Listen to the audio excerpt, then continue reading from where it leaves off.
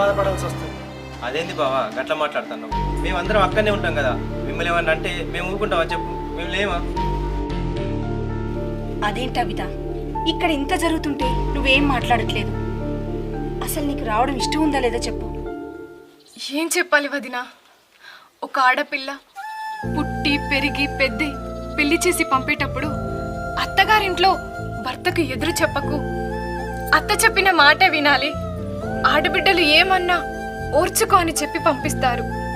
ఇక్కడ నా వాళ్ళు నన్ను తీసుకుపోవడానికి వస్తే నా ఇంట్లో వాళ్ళు నన్ను ఎక్కడ ఏమంటారో అని నన్ను ఇంత జాగ్రత్తగా చూసుకునే ప్రేమించే భర్త దొరికితే నేనేం మాట్లాడాలి?